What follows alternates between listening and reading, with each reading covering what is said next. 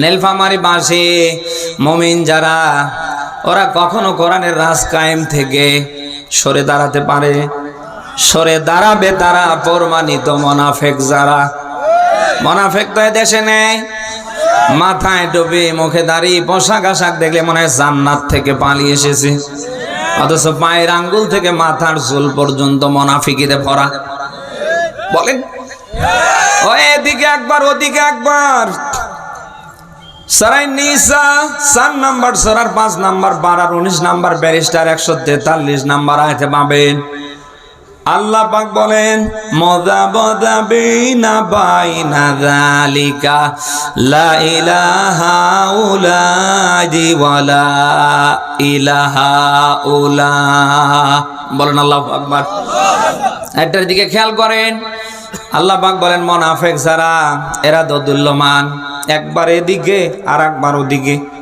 পানি যেদিকে মুনাফিকরা ছাতা ধরে সেদিকে। বলে না কেন?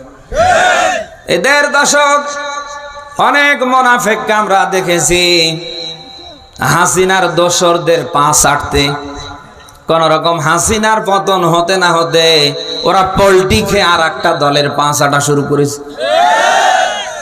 খুব বেশি বানালাম? অনেক হুজুরকে আমরা দেখেছি এই 1.5 দশকে হাসিনার পা চাটতে। কোন রকম একটু হাসিনার পতন হতে না হতে ওই গ্রুপটাই আবার পল্টি খেয়ে অন্য দলের পা চাটা শুরু করেছে। এতদিন ওদের পক্ষে ফতোয়াবাজি করেছে, ঠিক একই ভাবে আজ আবার আর একটা দলের ঘাড়ের উপরে বসে তাদের পক্ষে ফতোয়াবাজি করছে। ওনারা যত ফতোয়া দিচ্ছে সব আগামীর বাংলাদেশে কোরআনের রাজ কায়েম যারা করতে চায় তাদের বিরুদ্ধে। আমার মতো অনেক টপিওয়ালা বলেই ফেলছে, এই বাংলাদেশে অমুক দলকে ভোট দেয়া যাবে না, কেন? ঈমান থাকবে না, ওদেরকে ভোট দেয়া হারাম, ভোট দেয়া যাবে না। অথচ ওনারা এমন এমন দলের সাথে কয়েকটা সিট পাবার জন্য ঐক্য করে ফেলেছে যারা ইসলামী শরিয়া মানে না। আগামীর এই বাংলাদেশ কোরআন সুন্নাহ ভিত্তিক পরিচালিত হোক, ওটা ওরা চায় না। না, এ মুনাফিক তো দেশে নেই।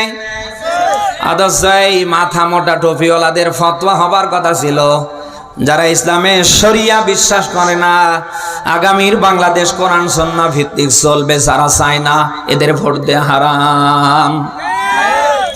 অথচ মুনাফিকরা পল্টি খেয়ে গিয়েছে। এর আগে দালালি করেছে হাসিনার, এখন আবার দালালি শুরু করেছে আর একটা দলের। বলেন বলেন। সূরা নিসার 142 নম্বর আয়াতে আল্লাহ ব্যাখ্যা দিয়েছেন, ইউরাউনান নাসা ওয়ালা ইয়াযকুরুনা আল্লাহা ইল্লা কলিলা। বলেন আল্লাহু আকবার। আল্লাহ পাক বলেন মুনাফিকরা যত রকমের কাজ কাম করে সব লোক দেখানো। কে বলছেন? বলেন বলেন। এই বাংলাদেশে নয়, তামাম পৃথিবীতে যারা যেখানে মুনাফিকি করছে ওদের যত কাজ কাম সব লোক দেখানো। এ ফতোয়া কার? বলেন। বিশেষ করে নির্বাচনের মৌসুম আসলে মুনাফিকদেরকে বেশি দেখা যায়। হঠাৎ মাথায় টুপি, মুখের দাড়ি, পোশাক আশাক দেখলে মনে হয় জান্নাত থেকে পালিয়ে এসেছে। যে লোকটা এর আগে জুমার নামাজটাও পড়েনি, ওই লোকটা এখন আসরের 5 বার নামাজে পল্টি খাবার চেষ্টা করে। বলেন, ওনারে এতদিন খুঁজে পাওয়া যায়নি, উনি হয়েছে এখন জনদরদি। বলেন না কেন? নীলফামারী বাসী মুনাফিক যারা, এরা যা করবে সব কি?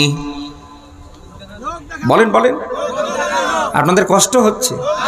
ছেড়ে দি।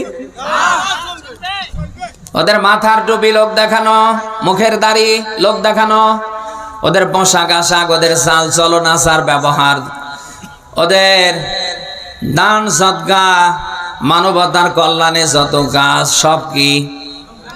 বলেন। মুনাফিকদের কিয়ামতে সবচেয়ে বেশি শাস্তি আল্লাহ নিজ হাতে দেবে। ইন্নাল মুনাফিকিনা ফিদ দারকিল আসফালি মিনান নার। আল্লাহ পাক বলেন, নিশ্চয় মুনাফিকদের জায়গা হবে জাহান্নামের সর্বনিম্নতম স্তরে। জাহান্নামের উপরি ভাগ থেকে একটা পাথর ফালিয়ে দিলে জাহান্নামের নিম্ন দেশে পৌঁছতে সময় লাগবে ৭০,০০০ কাল বছর। কত? সেই জায়গায় মুনাফিকদেরকে আল্লাহ শাস্তি দেবে। নীলফামারি বাসে আমি জানতে চাই, আপনি কি সেই মুনাফিকি করে মরতে চান? আপনাকে সিদ্ধান্ত নেওয়া লাগবে। জীবন চলে যেতে পারে, ঈমান যেন ঠিক থাকে। পারবো না আমরা ভাই? কোরআনের রাজ আগামীতে এই বাংলাদেশে কায়েম করতে গিয়ে আমাদের উপরে জুলুম আসতে পারে, টর্চার আসতে পারে, আমরা অত্যাচারিত হতে পারি, নানা সমস্যার সম্মুখীন আমরা হতে পারি। এটা স্বাভাবিক না অস্বাভাবিক? মুমিন কি কখনো এগুলি দেখে ভেঙ্গে পড়ে হোঁচট খেয়ে আটকা পড়তে পারে? বলেন বলেন। আসুক না যত বাধা, যত ঝড় সাইক্লোন, কোরআনের পথে মোরা থাকবো। পারবো না? এ জীবন বাজি রেখে দিনের নিশান মোরা বাংলার আকাশে উড়াবই। মোর কামানের মুখোমুখি দাঁড়িয়ে আল্লাহু আকবার বলবো।